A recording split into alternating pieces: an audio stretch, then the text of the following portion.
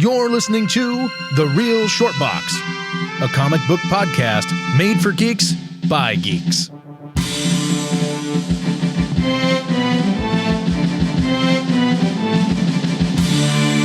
Hello, everybody. Thank you for tuning in and listening to The Real Short Box.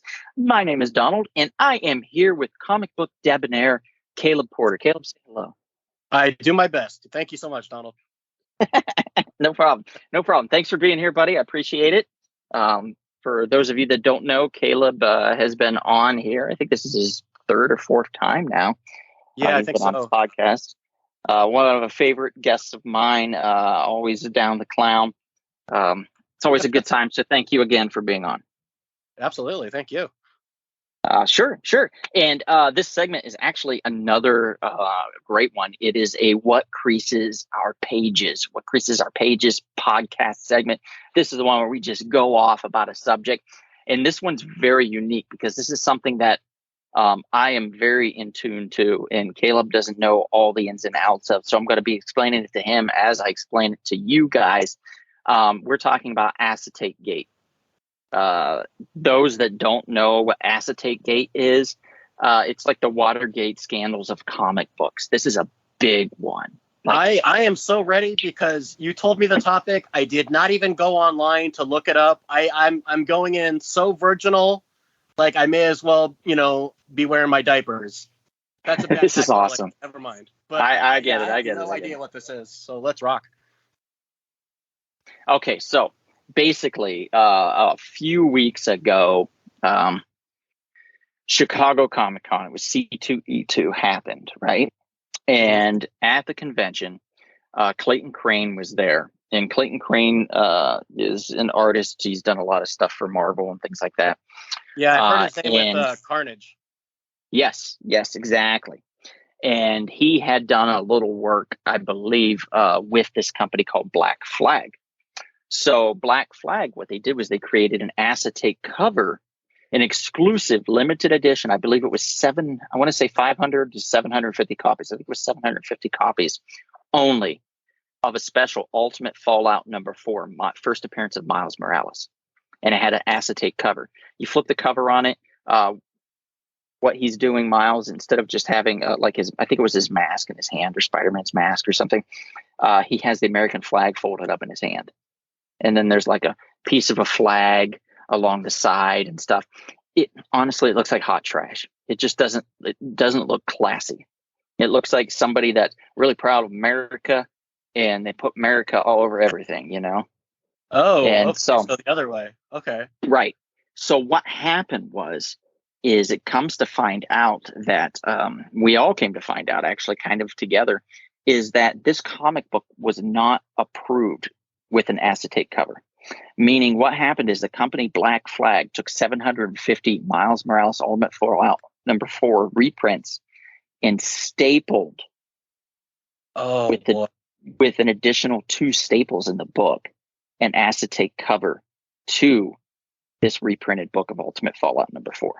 And this acetate cover is like that plastic sheet that was over the Marvel's books. Absolutely, yes. That's right, exactly what it is. It's like a, kind of a clear cover, but part of it's painted. So if you put it over a cover, whatever so they painted the flag on the plastic. So when you fold it over the cover, it looks like Miles is holding a flag instead of whatever he was holding, which I believe was a mask. Okay, kind of like an animation cell. Exactly, like an animation cell, almost exactly like that. Yeah. So basically, we come to find out that this is not an approved by Marvel or Disney cover of Ultimate Fallout #4. Now, Black Flag made 750 of these. This isn't the best part or the worst part, by the way. Oh, wow, now this book has 4 staples in it. So you're thinking, wow, many comic books have 4 staples? Exactly. And that means that the comic book has been damaged, which means that it should technically get a purple label or a green label. I think it's a purple label is what it should be getting, if I recall, showing that it's had some damage to it, something to try to fix it, some repairs or something like that, right? So okay, if you get it graded. Right. So what happens is people that got a hold of this book took it to CGC and got it graded. And some of them were coming back 9.9s being graded. They were getting them legit graded by CGC, and CGC was approving of it, not saying that it was what would you call that? It was a falsified comic book, basically, like a yeah, I'm thinking like jury rigged or just something. Like basically this book shouldn't exist and should be valued at worthless. Like, because it'd be like if you and I drew a comic book cover and then just stapled it to one of our favorite comic books and sold it for $75 a piece, which is what they cost, by the way. They cost $75 each. So CGC graded them, and now some of them are up on eBay for thousands of dollars. And you can see that. You can go to eBay and you can look up Ultimate Fallout number 4 Black Flag acetate cover, or you can just look up Ultimate Fallout number 4, and I'm sure one of those covers will pop up because of the algorithm. So, Donald, what is Black Flag? Is a company that produces non-Marvel comic books? Like Black Flag's just like honestly, Black Flag's kind of just like a bullshit booth. Kind of like what is that one that used to make the DC action figures and stuff? Graffiti Design. Oh, okay. So just kind of like a third party. Wow. Mm-hmm. That's so like kind of slimy to just throw on some plastic. And like what a callback, you know? Like the acetate covers, that was like what, 20 years ago we first they're popular again. They're kind of getting popular again. Man, everything old is new again. Okay. Yeah. I do not want poly bags to come back, by the way. No? I hope that doesn't happen. Nobody wants the poly bags to come back. Nobody wants that. I hope. I mean, I really do hope not. But, so...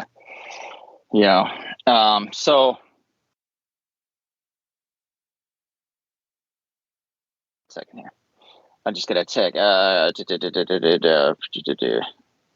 Trying to see one with 100% certainty. Black Flag. Here we go. It's Infinite Black Publishing is a comic book publisher, but also a design agency set up by Black Flag Comics and Clayton Crane.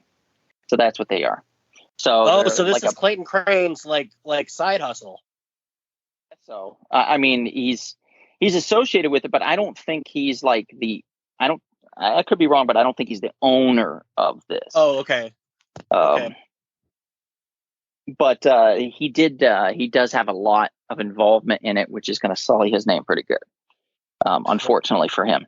But anyway, so CGC grades these books, and then it comes back that these books are they're fraudulent books. They're not real books. They've been damaged, and they shouldn't have been graded technically because CGC doesn't grade books that aren't legit. They're supposed to be grading books that are just approved by companies that were made, so if they're a forgery or somehow a falsified book, like a damaged book or something, they'll either should be grading it with a purple label or they shouldn't be grading it at all. It just depends on like that fine line. Mm-hmm. So they grade it, they give it a blue label, and they grade it even with the 4 staples at 9.8, 9.9. And people are making buku bucks off this. Now it gets worse. Believe it or not, it gets worse. Okay. So what happens is Black Flag reaches out to the influencers. So we're talking everybody's favorite little prep boy, Comic Tom. We're talking about the Golden Age Guru. We're talking about Nerdy Girl. We're talking about, a bunch of the others that are so-called influencers in the comic book community, although they've never influenced me to do anything but be angry. So they get in line then, in a separate line, and they put the influencers ahead of everybody else, and they let them buy as many copies as they want. Oh, and one of the influencers, I believe, bought 100 copies from what I was told. So dropped $750 and started selling them on Whatnot. Now, Whatnot is a selling platform. Whatnot has basically been propping up a lot of these influencers. So they let them run on their channel. Comic Tom is one of them. Sells a lot of stuff through Whatnot. So Whatnot was there. And when they found out, they sent all their influencers over there to go get this book. So they get almost all the copies of the damn book. Like there's 750 copies. They probably walk out, and I'm just guesstimating here, probably like 600 copies or something between all the influencers. And everybody that had been standing in line forever at Black Flag to get this book, probably 95 to 90% of these people get shut out of getting the comic. So they're not able to get the comic book. So they're pissed off because they see these influencers line up on the other side or walk ahead of them and get this book that they've been waiting in line for, and then begin to flip it. So we all know the story now of the 4 staples and it being a fraudulent comic.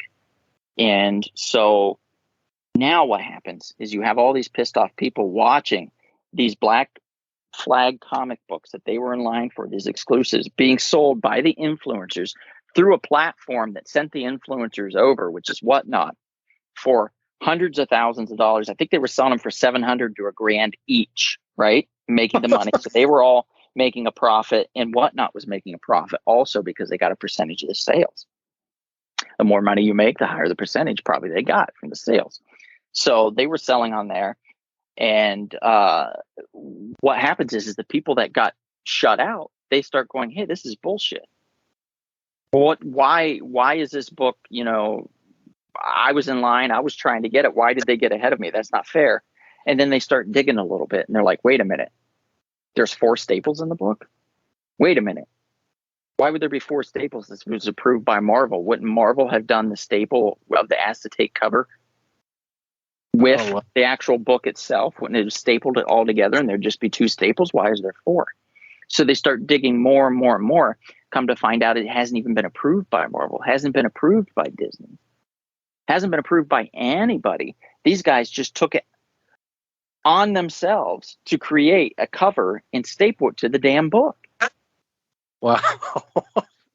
So you have it's like insider trading or something. Right. You have a booth selling counterfeit comic books, which was the phrase I was looking for 15 years now. Counterfeit comic books. You have a grading company that's grading these comic books of blue labels when they shouldn't be. You have a selling platform selling these comic books when they shouldn't be, because they're not supposed to be selling counterfeit product, period. It's written in their mission statement. And you have all these influencers selling it and pushing it as the next biggest thing since, buttered bread, as far as like something you have to have and something you need.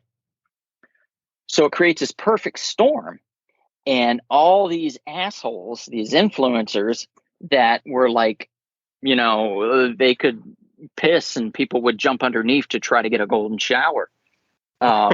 Suddenly, all these people start turning on them.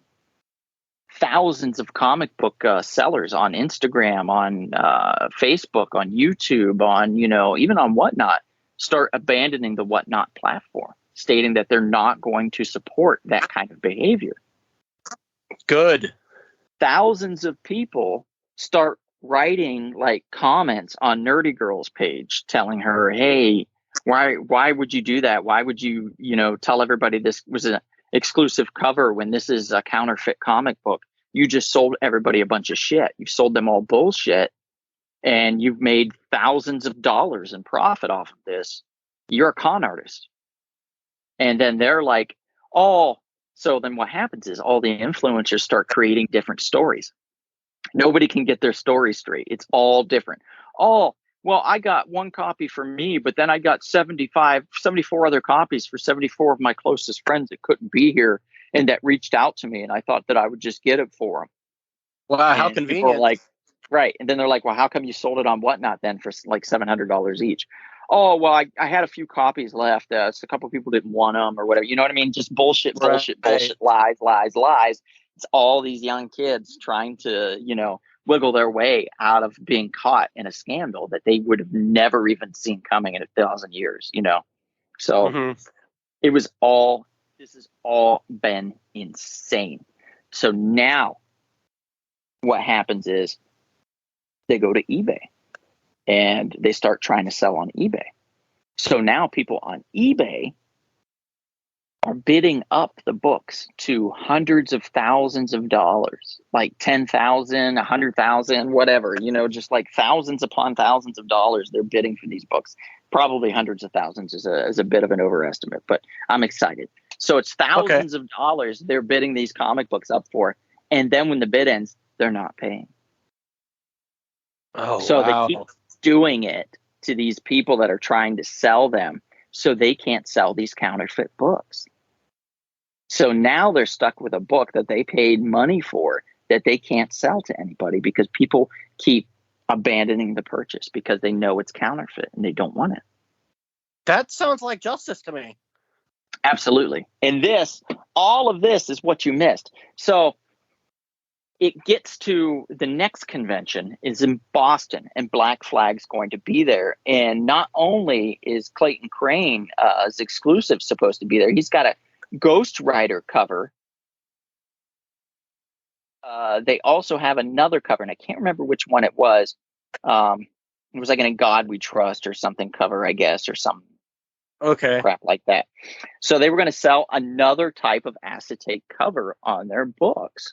So people showed up in droves, ready to fucking pounce. So guess what happens? Black Flag doesn't show up. They don't show up. They put some banners up, right? And then they leave out some dum-dum suckers on their table. And people all start to guess and say, wait, did somebody put these on the table, or did Black Flag come out and put these suckers? And what does that mean? Are they calling us dum-dums? Are they saying we're suckers? Right. And then that creates even more controversy for Black Flag and even more disdain. So pretty much I feel like this company's going to go out of business. All the influencers, like the heavy hitters, have tarnished their names across the board. People don't want anything to do with them. And the Whatnot platform has thousands of people that have left them in droves because they're selling fraudulent books, and because they had people purchase those knowing fully well that there were 4 staples in the damn book and it wasn't licensed. Oh my God. And then CGC's taking a hit now, and they're like, well, what's the credibility of a grading company if they can't even tell a fraudulent book right when it has 4 goddamn staples and is right in front of their nose? Oh man, this is like a swarm of bees, and just everybody attached to it is just getting stung. Yeah. It's like everybody drank out of the Kool-Aid. Yeah. I mean, I'm sure Clayton's going to be fine because, he's an artist, and, he can do good art, and he can just keep his head down and do that. He doesn't even have to put his name on shit if he doesn't want to, and can just get some work done and do some stuff. So I think he'll be all right. I think the ones that are really going to be hurt are Black Flag. I think Black Flag is probably going to be done. In general. So that company and anybody that worked for that company are probably just over with. That's going to end. No one's going to trust them. Their credibility in the comic book industry is fucking shot. So we'll see what happens. Up the cover. Uh-huh. I looked up the cover while we were talking, and it looks pretty tacky. Right? Just kind of looks sloppy and just kind of gross, That's what I don't get. You tell somebody you have a limited to 750 comic book. Clayton Crane's involved. It's an acetate cover. It's Miles Morales. Then you have the perfect storm. They don't care what there could have been one of those poop emojis with that smiles at you all over the. You could have been holding one of those, right? And people would have been like, "I will pay $75 for that." Yeah, and you're like, "You got to be fucking kidding me! You're gonna pay $75 for that piece of shit?" But people did. They lined up in droves. And they almost all of them got shut out because the influencers bought them out and sold them. And what a bunch of greedy pricks, legit greedy fucking pricks, that you're going to do that. You walk over, it's limited to a certain amount. They've told you this. You look at the line, you see all the people that have been standing in line, and you go in and you buy 50 or 100 of them. And knowing my time with comic conventions, any line is usually 50 people plus. Yeah. So it's not like in they walk hours. by 10 people. Right. Yeah, exactly. And it was and there's hours only so long. many hours in a Comic Con that you have to waste it in line. It's it's pathetic. It's not fair to those people. Dang. So That's crazy. Like, hopefully, some of these influencers, their careers are done. Like, that's the hope for me anyway. Personally, I hope that some of their careers are just fucking over. Like, because I'm tired of hearing about them. I don't care about them. I don't care what they have to, what they're shilling. I don't care what trash they're flinging at me. I mean, look, you can talk about hot comic books, but if you go, oh, Amazing Spider-Man #1 is a hot book right now. No fucking shit, dipshit. Like, it's literally the second appearance of Spider-Man and, the first appearance of the Chameleon and, just a great and the cover. Whole supporting cast, basically. Yeah, exactly. So it's like, okay, so yeah, it's a hot book. It's like saying that Superman #1 is gonna, someday take off. Kiss my ass. Keep your eyes out for this Batman guy. I think he's gonna be pretty hot. Yeah, I think he might go some places. Guys. Keep an eye on this book. It's like, first of all, who the fuck's going to be able to afford it? Why are you even talking about it?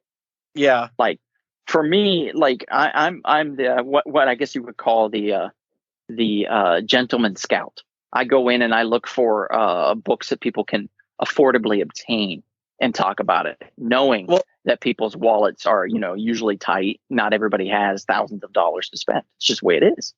Well, to my knowledge, you were one of the first guys I heard of that kind of created the second place, second appearance, and third appearance kind of market. I had never heard of that until I started talking to you. Like the third, and it just makes sense because like first appearances are priced out of like basically 99% of the market share. They just can't touch it, so you just kind of go with the next best thing. Right. So which is the second appearance. Yeah, or the third appearance. Thank you. And, it just made common sense to us, to Kevin, Jarrett, myself at the time, that, probably, we can't afford the first appearance of this character. Let's get the second. Can't afford the second. All right, let's get the third. Can't afford the third. All right, let's get the first appearance of this guy meeting this other guy, And then when that happens in the movies or in the show or something, then there's some value. There's an uptick there. And then I can sell high, when I bought low. It's just like, basically, to me, comic books are like the stock market. It's very easy to follow the trend. You just have to look and see what's hot now, kind of look towards what can be hot in the future, of course, why this book is hot now, what can make something related to it hot later, and just go from there, just kind of try to figure that out. The best part is you're in it. You're in this world, you're not an outsider. You're not some interloper. You've been a lifelong comic book reader, so you understand the outs and the relationships of these characters. So man, I wasn't created in a lab. I was, I was in line with everybody else when Superman died, and I wanted that issue. That's just the way it is. I'm showing my age there, sure, but it just shows with age. I don't want to brag, but with age comes a little knowledge anyway about things, and you can oftentimes see the ebb and flow and the trend. It's like everybody I saw on comic book panels on Facebook and stuff, little comic book groups and things, CGC groups and stuff, and they're like, oh, people are saying that the market's going to fall, the comic book market's going to take a dip, and you see hundreds of people commenting, and they're like, no, that's not true. That's not going to happen. What do you mean a dip? And it's like, yes, it's going to happen, dumbass. Yeah. It will happen. There is going to be a dip. Anytime there's a high, there's going to be a lower than that high. It's just, like there will be a dip. And that's in any comic book. Sure. For example, the first appearance of Wolverine, which is debatable, let's say, but I'm going to go with Incredible Hulk 181. That's the standard. So the first appearance of Wolverine, it was maybe in a 7.5 worth like $7,000, and it might go down to $6,000, but you know what? It's worth more even at the dip than it was when you originally started 5 years ago, and you may have bought it for like $1,000. So and you're spending thousands of dollars. Yeah, with all the basically endless reboots, it's going to get hot again once the, MC Universe Wolverine hits the scene. Yeah. Like it's perpetual, honestly. Mm-hmm. Yeah, exactly. So it just feeds itself, and it's just we're at the point now where the comic book films and television series have made so many billions of dollars for studios that there is no way in hell that this will ever die. It will slow down, yes, just like the sales of comic books, just like the popularity of certain characters, sure, but never go away. Do you still remember Blade? Of course. Right. And you probably, those that were around, remember the Wesley Snipes movies of Blade, all three of them that he had. And at that time, that book, which is Tomb of Dracula number 10, his first appearance, was an incredibly hot book. And then it died. It dropped like a rock. But you know what? Everybody still remembered who Blade was and still remembered the character. Yeah. So eventually they were going to do something again with that property. So smart people, after those movies ended, they said they weren't going to do anymore. The popularity is at an all-time low. You should have bought multiple copies of that, even if it was a couple $100s each, and just sat on them. Sat on them for, 10, 15 years or something, and then sold for thousands of dollars. That's where the money... But with comic books, it's more of a long game that you have to play. The example with the stock market. It's not always a quick turnaround. Yeah, you got to know when's the best time to unload. Yep. I think Ultimate Fallout 4 was one of the quickest turnarounds, and I think that's at like 12 to 14 years, maybe somewhere around there.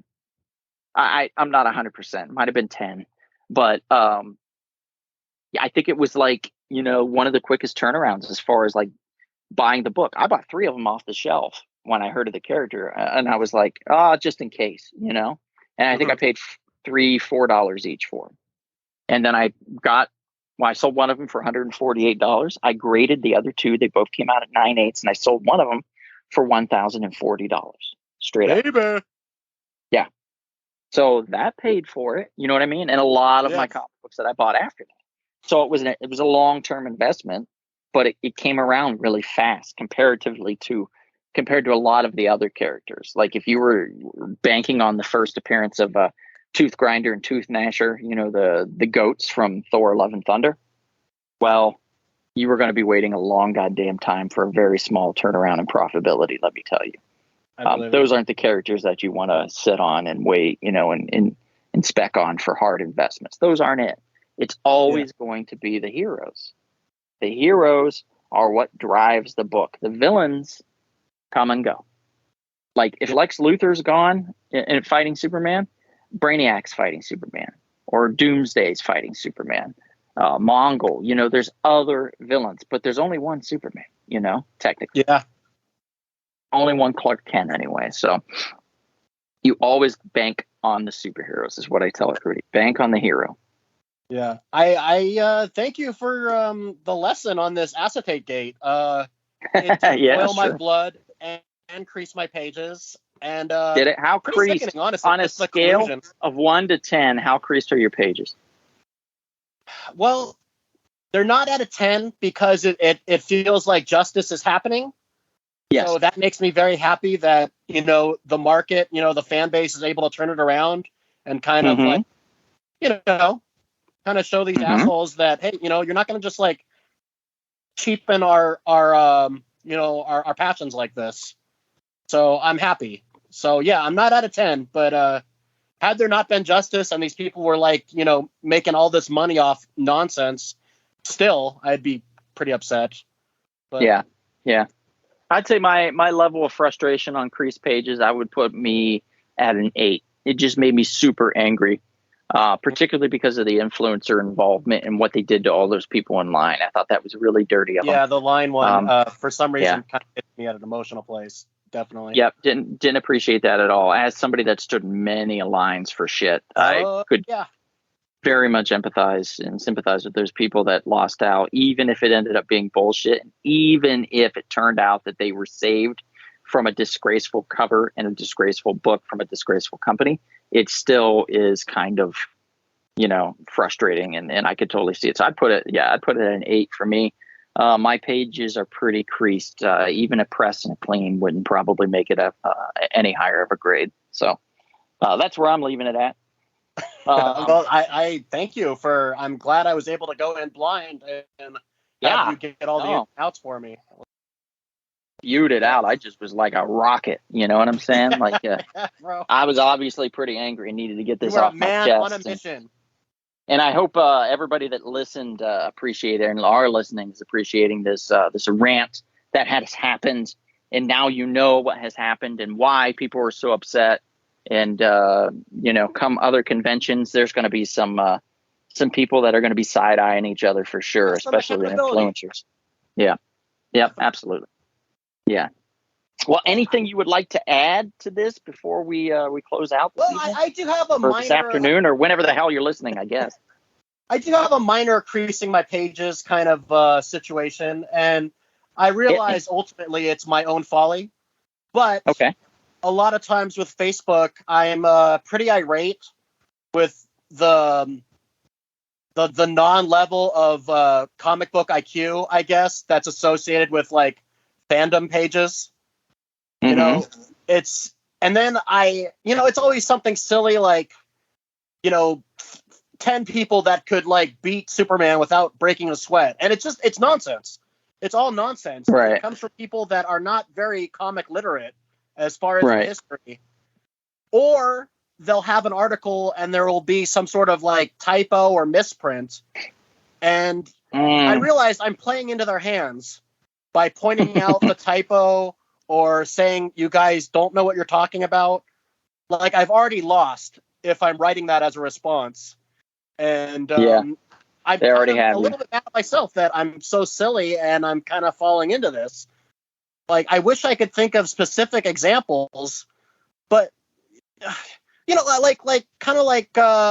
this one comes up a lot where Cyclops, it's just concussive force. His eye blast. It's not heat based, but things have gotten a little squirrely with different writers, and unfortunately, it's created this like just confusion.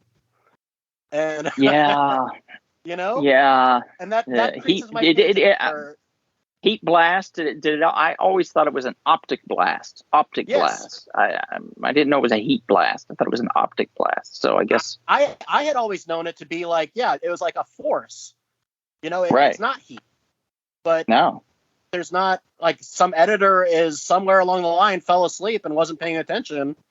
But yeah, that really creases my pages, and I'm more mad at myself, like I said, for engaging in it, because I'm learning not to do that. But it was a lesson that I should have learned a long time ago, to be perfectly honest.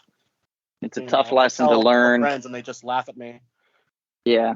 Well, I mean, in the comic book community, it is always kind of going to be a bit silly when people have an argument. It's just the way it is. Like, no, Hulk, the Incredible Hulk could kill Superman. You're an idiot, No, Superman can kill. You know what I mean? It's like, it's all debatable. It's all semantics in a made up world type scenario. I get that, but yeah, I could totally see why you'd be frustrated. So yeah, that would crease my pages a little bit too. Yeah. I have a smaller, minor one I just want to bring up. All right. I don't read a lot of like modern comic books anymore, just because I'm having so much fun going back to reading stuff, I read when I was a little kid and, stuff I missed out on. But one thing I really enjoyed as a little kid, and you rarely see this in modern comic books, is a scene on the cover that you can find in the comic book. I want that to return, because too often it's just like a pose, or it's, it's a cool shot, obviously, but it doesn't fit with anything that's happening inside the pages. Oh my God. Like, when DC does this with their movies that are coming out, and every comic book comes out with a cover B, the variant cover, and that variant cover has different scenarios for example, the Suicide Squad. So yes. King Shark and Harley Quinn were like on 30 different covers for the month. And you're like, what the fuck? And you got to read on the side and it says, oh, this is Flash issue 770 something. What the hell? It doesn't even fit. Yeah, that's like a portion of what I mean. But yeah, I would say that fits in. Yeah. Yeah, I get that. Yeah. So that's kind of what you're talking about. And I totally understand that. It's like watching a trailer and seeing the funniest fucking like thing happen. And then you go into the movie for that and it doesn't happen. They took it out, you know? Yeah. And it's like, what the fuck? Are you kidding me? This was the funniest thing ever. Why is it not in the movie? Yeah, absolutely. And it was just really fun as a little kid to like have the nice big splash page of the cover and finding the panel that it would correspond to. You know, I'm thinking like 80s Marvel books, you know, just where it fit. It was fun. It made the world more realized for me as you know, a youngster. I can see that. Sure. Absolutely. Yeah. Absolutely. All right. Well, let's go ahead and wrap this up. I want to again thank you, Caleb, for being a guest on here and unleashing some of your page creasing abilities for our audience. I do appreciate that very much. I mean, mine were minor. I felt like I was listening to a man on a mission, you know, putting the world in its correct spot. So I sit at the feet of the Donaldo. I was trying to right the wrongs, to right all the wrongs, but I can only do so much. So yeah, well, this will be a therapy session for you, and I'm happy to be a part of it. Yeah, I was laying down on the couch actually when I said all this, so that's probably where that came from. So I want to thank you again and thank the audience, everybody that's listening right now. We actually do these podcasts quite a bit. We usually about once a week we have an audio podcast land. That is on all the audio podcast platforms: Podbean, Spreaker, iHeartRadio, Spotify, Apple Podcasts, you name it, we're on it. We also have a live show, which is usually almost every Monday, sometimes every other Monday, just depending. And if we don't do a live, we'll usually do a pre-recorded kind of an interview or just an episode of something that's pretty fun that you can watch that releases on that day. So you can find that on YouTube under the Rumble Spoon Productions banner. That is a production company that does help us produce this. And we are, again, The Real Short Box. Thank you again for listening. Caleb, thanks for being on. Appreciate you. My pleasure. And if we don't see you out and about anytime soon, perhaps we'll see you at the comic shop. This has been The Real Short Box. We'll see you at the comic shop. Thanks for listening.